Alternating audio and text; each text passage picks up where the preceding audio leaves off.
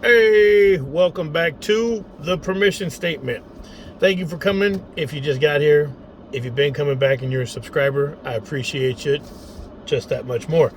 So I'm gonna continue pressing on.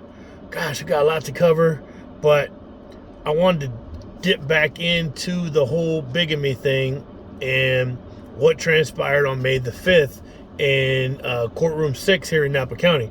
Now, from the research that I did, speaking to attorneys and actually attorneys that specialize in dealing with bigamy here in California, they all said the same thing. That once it goes past a certain point, like if you know bigamy was acted upon against you, and there's reasons why. Because imagine if somebody's married and they meet somebody and they're just like, man, I want to get with this person, but I'm married. They say they go to like another country and they're like, man, I got to get this foreign wife, or husband or whatever if you're female, and those people don't know that person's married, or they do know and they participate in this together, which is what happened with Marvin Lee Mace Jr. and Jessica Marie Lopez Anaya, aka Jessica Marie Lopez. They knew that he was married. They knew. She was his case manager. She said that in court. He said that, actually, I'm sorry. He said that under oath, that she was his case manager. So she knew he was married. It's going to be right there in your file, man, So, and then she stated to the judge that in 2010 that when we got married, that she says that she went to the county recorder in North County and found that there was no finalization of his divorce. So that would mean that she should have filed then for an annulment, because that clock starts ticking. And so if you don't file, from the research that I've done and what I was told, is once you find out that there's bigamy, you have to file within a certain time. Otherwise, you're accepting that. And then down the road, you would have to go through a proper divorce process, which is what should have happened. And so when we went in front of Commissioner Robert Stamps in courtroom 6 on May the 5th, I'm very fortunate that he allowed me to be adjoined to the action, because he didn't have to. But it's bizarre that he approved their annulment. He went on a 10-minute recess, roughly. He comes back with Sefton versus Sefton. Now, that's the premise of the respondent. And I stated that there's no statute of limitation on bigamy. That was because I had to make my case. But there's a time you have to file. And those statutes of limitation have passed. So that's when things go from void to voidable. There's void marriages and voidable. The fact that Robert Stamps even had to undo that marriage means that it was voidable, not void. Because void, you don't even got to go in front of a commissioner or any of that stuff. The marriage is nothing. Voidable means you got to go in front of somebody with judicial powers, and they have to undo that. So that was my argument. Hey, the time has passed. She didn't file, and so she's got to go through the process. Ergo, meaning I'm entitled to an annulment in my marriage because I'm the putative spouse. And if you take even her bullshit argument and push that forward, that means that I had a reasonable premise that our marriage was valid. So it begs the question, why did Robert Stamps undo them? So the first crime that she committed, now if you Google having sex with an inmate when you're either a contractor or you work for an institution or anything, now I got to dip further in that, but it's from the research that I've done, it states that it's a crime. So the first crime that Marvin Mace committed, well, Jessica, actually she commits, because she's the case manager. She's the one that was charged with the duty to protect the public from somebody who was arrested and sent to prison and let out early on early release for selling heroin and meth with a bunch of kids with them and some other people, organized crime affiliates and stuff. So this guy goes to the Bureau of Prison, does time, not all the time, then is released into the custody. So from what I found, that's a crime for her to be having sex with him. So he tried to lie to the commissioner and say, oh yeah, we didn't hook up until after that, which, like I said, look at the the DUIs that she got. So the next crime she commits. So first crime she commits is having sex with Marvin Mace, right? When she's a contractor for that agency. Second one would be the first DUI. Third one would be the second DUI, which was in less than a year, more alcohol in her system, she gets an enhancement.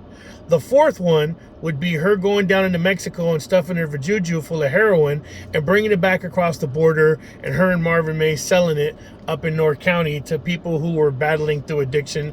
If you don't know, heroin is a terrible drug to be hooked on. It's slavery. So is meth. So then he shoots himself on accident trying to show off his gun. Bam! Bam! He fucking shoots himself. Excuse me, guys, stop using the F word. And so she calls 911 to try to save him. And they're both arrested for that. The next crime that she commits is after she gets out of custody for that, she goes and intentionally commits bigamy with him, which is a crime. It's a federal crime. It's a state crime. That's another crime.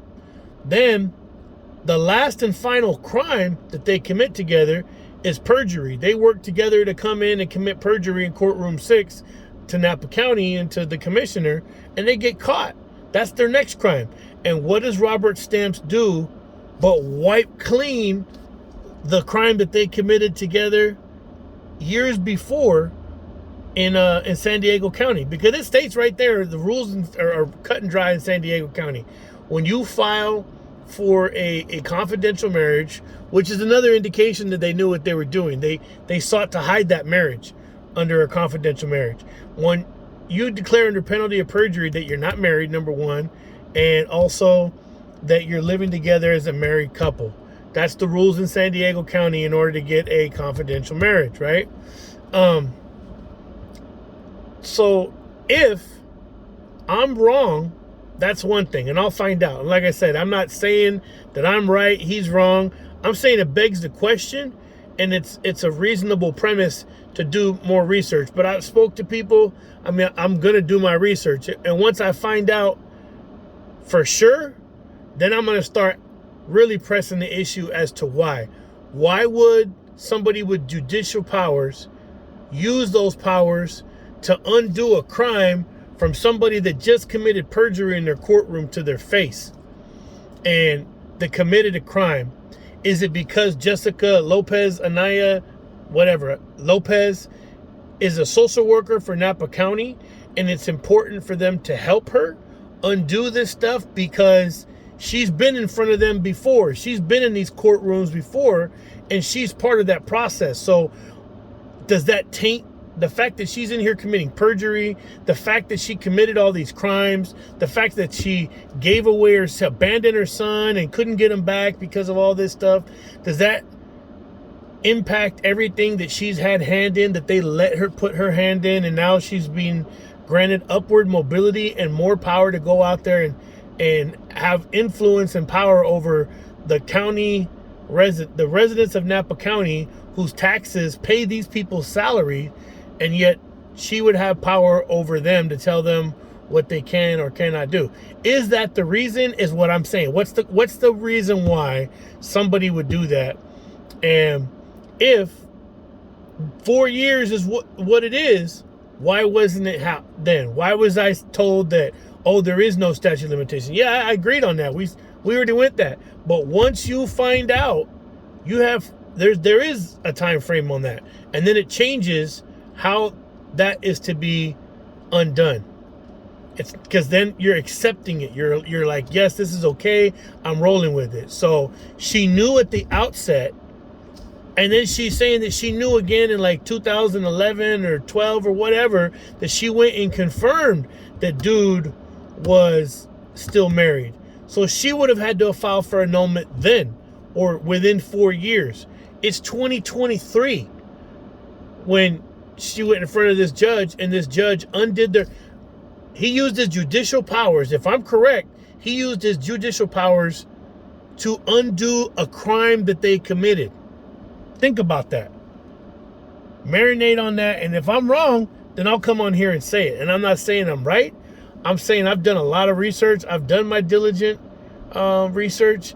And I'm going to go further. I'm going to go all the way to Washington, D.C. if I have to. I'll go to the law library in the nation's capital. I'll go to the state of California, and I'll look, and I'll go here, and I'll go there.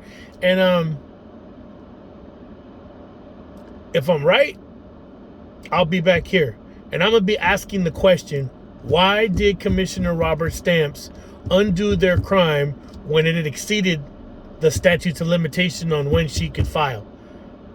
Meaning that she would have had to have gone through a proper divorce because she knew, and she didn't do nothing about it when she knew. Because she knew from the outset, she knew from the outset because she was his case manager. They conspired together to do this, but then she states in her own, in front of the court that, hey, this dude was married. I went to the county recorder back then. So it's like, so there's two ways that the clock started ticking, from the outset and then again in 2012. Both of those had been exceeded. So I got to do more research, but I'll be back. And right now we went to court. Not right now, but within the last 7 days we went to court, and the ruling was, the premise from Gregory C. Winters is that she doesn't have more money. I've had to put thousands of dollars on a credit card so that I wouldn't spend our community assets on that. She says that she got a loan, but she put forth before the court paperwork that she has thousands of dollars in the bank. And so they denied my motion for needs-based attorney's fees. And this again, I've had to fight for months and months with no attorney. So if you don't know your rights, then you don't have none, right? So if you don't know when to object and how to object, you then negate any right to later ask for that in an appeal. So it's crucial to have an attorney. And that's the whole reason why needs-based attorney's fees are there.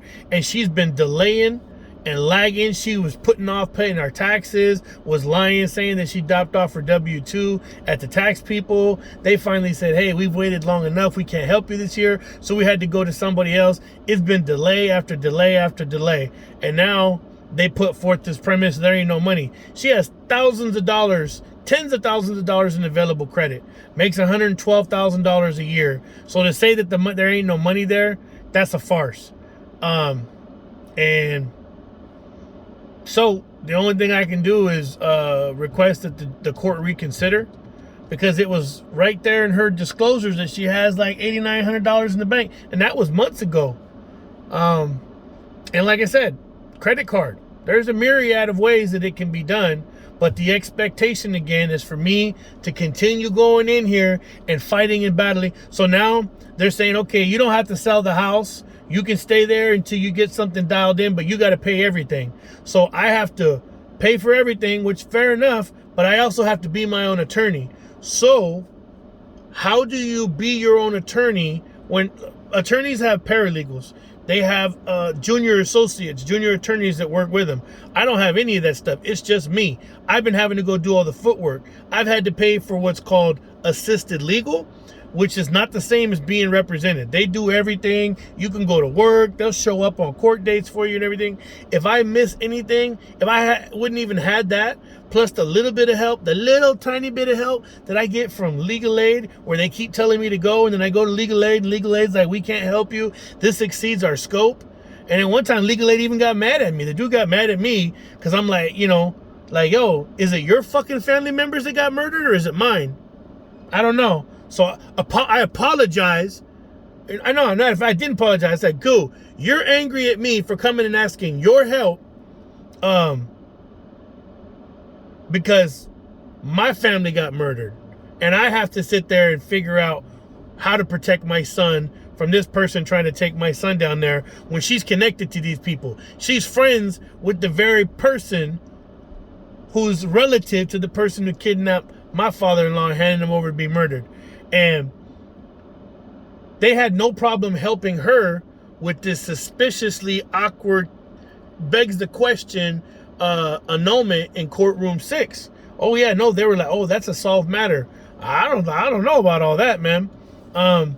But you file an appeal, that's going to cost you tens of thousands of dollars. You could request that the court reconsider, et cetera, et cetera. But then I'm having to fight two legal matters at that point. So I'm having to deal with my request for annulment, my dissolution of marriage. Then I had to go over here and I had to pay $500 to request to be adjoined.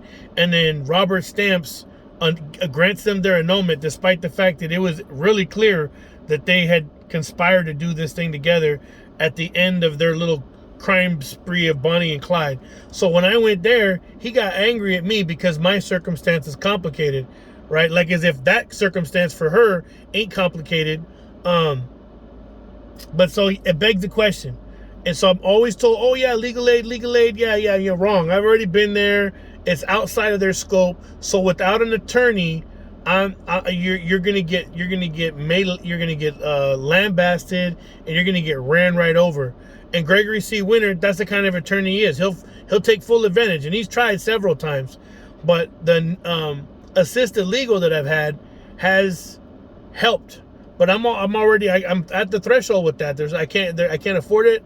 I'm already thousands of dollars in debt, and so they denied the request for needs-based attorney's fees, saying that she don't have no more money.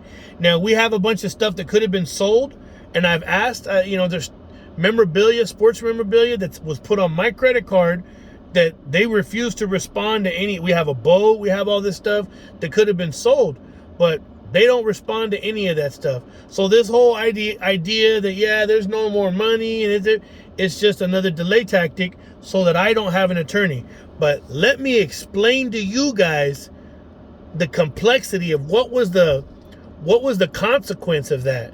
Was because I didn't have an attorney, and the expectation was for me to do something that attorneys have a hard time doing.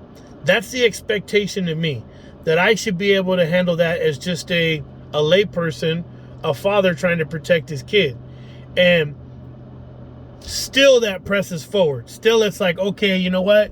Yeah, we're going to help you out here. We're going to make it next to impossible for you to achieve that. You're still going to have to be your own attorney up against a paid professional attorney because this person says there's no more money without proving it, none whatsoever. They didn't prove nothing, not an iota of stuff put forward to the court to be like, Your Honor, there ain't no money, nothing.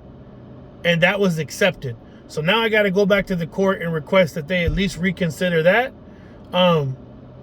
Because at the end of the day, it's getting to the point where I'm just going to have to put forward everything that's happened in this courtroom. And I've been holding back because it's how you say, it's out of the frying pan and into the fire. But that's the last ditch effort that I can make to try to seek justice and truth and have an amicable, reasonable, fair chance in this endeavor.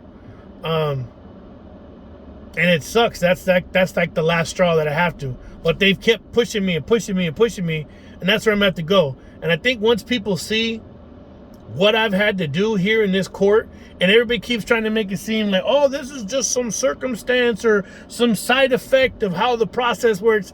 Nah, that's a bunch of bullshit, man. This was an intentional act. This was intentional acts that were carried out by, at the very least, the respondent and her attorney, Gregory C. Winter. And so, what part does everybody else play in this? You know what I mean? That's what begs the question. That's the question that should be answered. And that's what I'm being pressed to. Because a lot of this stuff just don't add up. And I saw this individual go into mediation in San Diego against a social worker. She was pro se, just like I am now. And the same thing happened.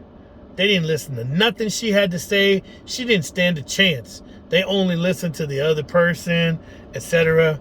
But I'm not the one that abandoned my child. So I don't have that against me. I didn't abandon my child to go sell drugs and heroin and meth with Marvin Mace and drink and drive and all that crap.